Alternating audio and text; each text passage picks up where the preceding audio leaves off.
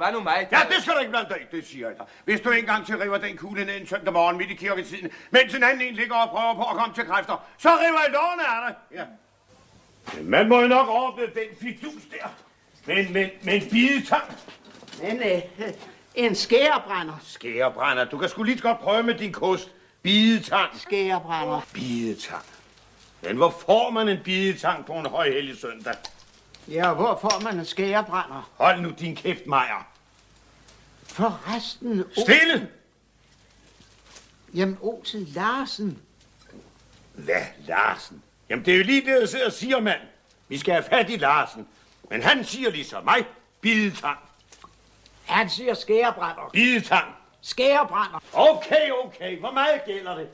En omgang over i rottehullet. 2 omgange. Ja, den er i orden. Også en til Larsen. Ja, selvfølgelig. Larsen?